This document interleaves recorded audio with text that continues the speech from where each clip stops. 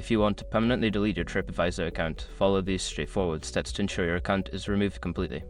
Step 1. Log in. Access your TripAdvisor account by visiting the website and entering your login credentials.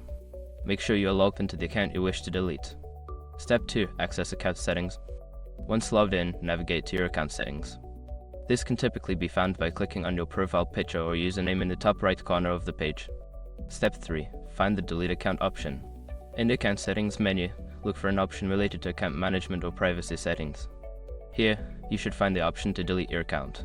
Step 4. Follow the deletion process. Click on the Delete Account option and follow the prompts. You may be asked to confirm your decision and provide a reason for leaving. Step 5. Confirm deletion. After completing the prompts, confirm that you want to delete your account. You should receive a confirmation message indicating that your account has been scheduled for deletion. Once you have completed these steps, your TripAdvisor account will be permanently deleted. Remember that this action cannot be undone, and you will lose all your reviews and saved information.